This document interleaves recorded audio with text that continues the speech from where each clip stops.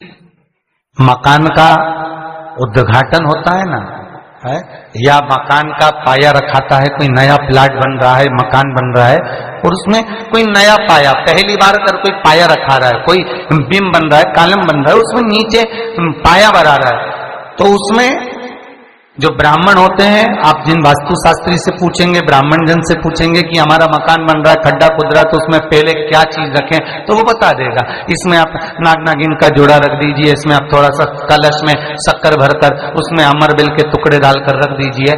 पर शिव महापुराण, स्कंद पुराण, वास्तुशास्त्र, अग्नि पुराण और वामन पुराण, ये वामन पुराण के अंतर्गत भी मिलेगा और अग्नि पुराण के अंतर्गत भी मिलेगा कि यदि नूतन मकान के पाए में एक नारियल के गोले में गुड़ भरकर, शमी पत्र रखकर उसको दबा दिया जाए तो उस घर में कभी संपदा की कमी नहीं होती और क्लेश नहीं हो सकता, चाहे कितनी भी अहंकारी बहू क्यों ना हो, चाहे कितना भी अभिमतता रखने वाली सास क्यों ना बहू, उस सास बहू में प्रेम ही रहेगा, क्लेश नहीं हो सकता।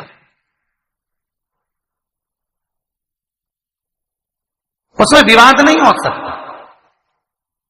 उस घर के अंदर जितने भाई रह रहे हो, जितने कुटुंबी रह रहे हो, परिवार रह रहा हो, उसमें क्लेश का कोई मतलब नहीं हो सकता। चलो याद करिए, पुराने समय में कितना प्रेम होता था भाइयों में, सत्य बोलना, बहनों में, भाइयों में, बुआओं में, इतना बड़ा परिवार और ऐसा प्रेम रहता था, कोई जमीन मांगे ना जायदाद मांगे, ना दुकान का हिस्सा मांगे, ना रकम मांगे, इतना प्रेम कहां से आता था। तो पुरानी बात याद करो, पहले के समय में ये सीमेंट के मकान बनते थे क्या? अरे बोलते जाओ, नहीं। क्या होता था? चूना मंगवाया जाता था, मिट्टी मंगवाई जाती थी, उसमें गुड़ मिलाया जाता था, बोलो मिलाते थे कि नहीं मिलाते थे? गुड़ मिलाया जाता था और उसमें थोड़ा सा उसको चिकना करने के लिए खोपरे का तेल डाला जाता था। अब वास्तु रीति में तो हमने ये सब चीज छोड़ दिया, हमने ये सब चीज समाप्त कर दिया कि ना तो हम उसमें गुड़ मिला रहे हैं, ना कोई वस्तु मिला रहे हैं, बस सीधे सीमेंट खरीद के लाए और लगा दिया गया।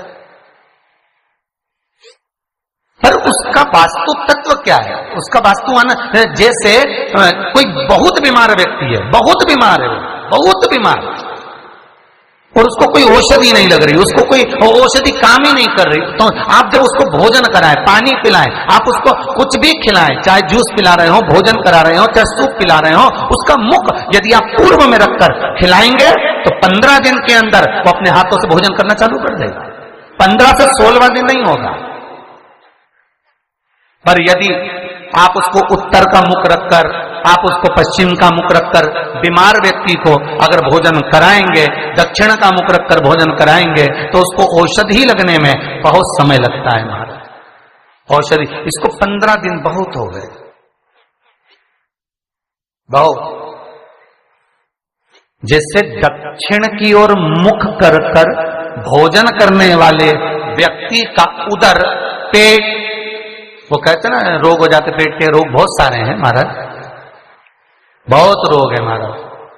पेट से जुड़ा हुआ कब्ज का भी रेबे, गैस का भी रेबे, और ना जाने कितनी कितनी बीमारियां उसके अंतर्गत हो जाती हैं। तो ये सारे रोग कैसे होते हैं? दक्षिण में बैठकर अगर आप मुख कर कर भोजन कर रहे हो तो पेट से जुड़ा हुआ रोग कभी जिंदगी में समाप्त नहीं हो सकता। 50 गोली खा लो, 50 ऑपरेशन करा लो, 50 तरह के डॉक्टर को दिखाओ, मतलब यह पक्का है कि आप दक्षिण की ओर बैठकर, दक्षिण की ओर मुख कर कर आप भोजन ग्रहण कर रहे हो, तो आपको वो दुख तो ग्रहण करना ही पड़ेगा, वो दुख तो आपको झेलना ही पड़ेगा।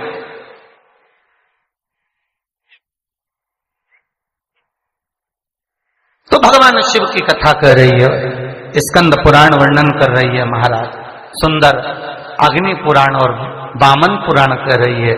एक गोले में गुड़ शमी पत्र रखकर जो दबाया जाता है उससे जीव को, इसलिए आज भी हमारे यहाँ नियम है, जब आप लोग नहीं दबा पाते तो जब वास्तु पूजन कराने पंडित जी आते हैं तो एक चांदी के, एक तांबे के लोटे में नाग नागिन, उसमें शक्कर भरते हैं, शक्कर भर के उसको दबाते हैं कि भले तुमने गुड़ नहीं रखा तो शक्कर दबा दो, पर उसको गोले में रखना चाहिए, परंतु उसको रख देते हैं तांबे के कलश में।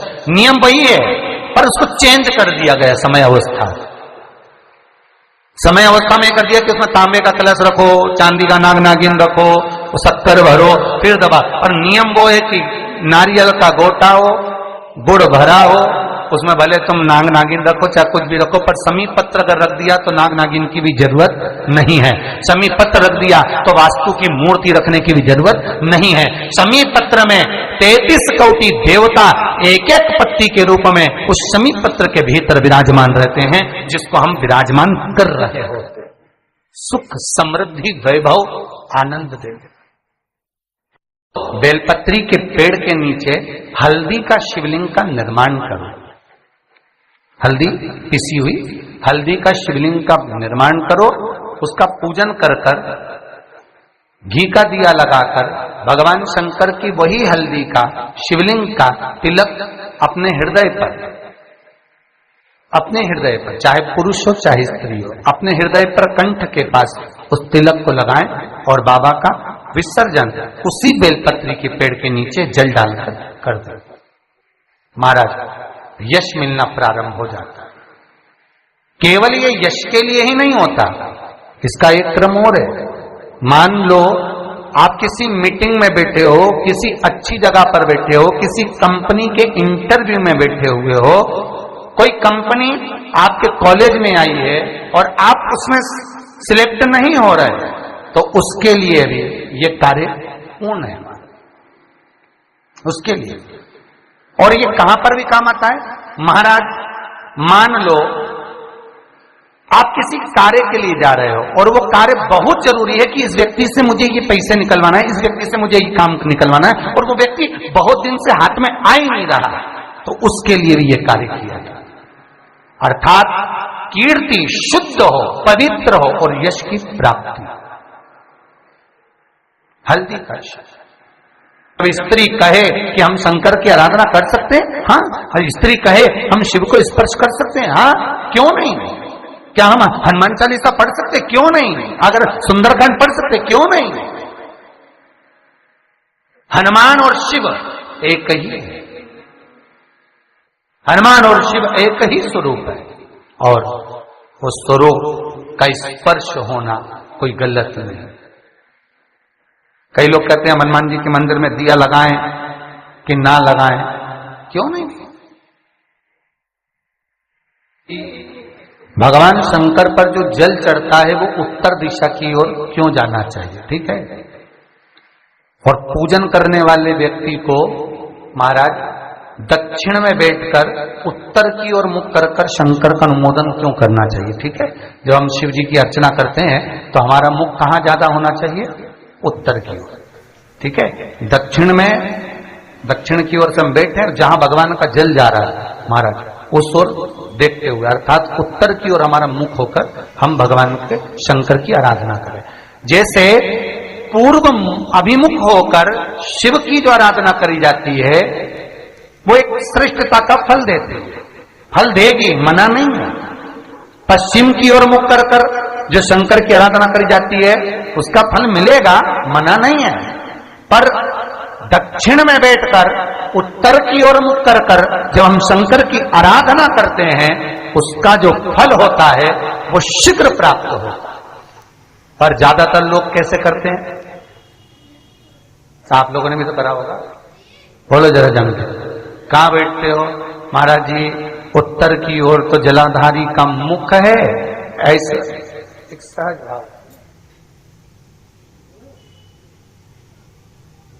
ये शिवलिंग है, ये जलाधारी, ये उत्तर की ओर है, तो तुम लोग कहां बैठोगे, ये यहां जा रही है तो ये शिवलिंग है तो तुम इसके सामने बैठोगे, कि जल यहां से जा रहा है तुम उसके सामने बैठो। पर बैठना कहां चाहिए, जहां शिवलिंग है यहां से जल बह रहा है तो यहां बैठो। फिर बाद में लोग कहते हैं महाराज जी हम तो शंकर जी के खूब पूजन करते, हमने तो खूब अनुष्ठान करा, पर फल कम क्यों मिला। उसका कारण है पूर्व अभिमुख होकर करोगे मिलेगा, पर थोड़ा समय लगेगा। पश्चिम अभिमुख होकर करोगे मिलेगा, थोड़ा समय लगेगा। पर शिव आराधना में जब दक्षिण में बैठकर उत्तर का मुख कर कर जहां शिव का जल जाता है, बस यहां बैठकर अगर आप शंकर की आराधना कर रहे हो तो वो कामना पूरी होने में देर नहीं लगती, कार्य जल्दी ही पूर्ण हो जाता है। पर दुनिया के लोगों तो वही हिसाब से जाते हैं, जैसे शंकर जी के मंदिर में जाओगे, इधर पानी बह रहा है तो तुम सामने जाके जल चढ़ाना चाहोगे या उधर बैठकर जल चढ़ाना चाहोगे। तुम्हारी जो इच्छा है, तुम्हारी जो आनंद है, ब्राह्मण भी अगर आपको बिठाएंगे तो पूरा पश्चिम का मुख कर बिठाएंगे, यहाँ बैठ जाओ, यहाँ से पूजन करो, यहाँ बैठ जाओ। पर उसमें शिव महापुराण में, स्कंद पुराण में कहा गया कि भगवान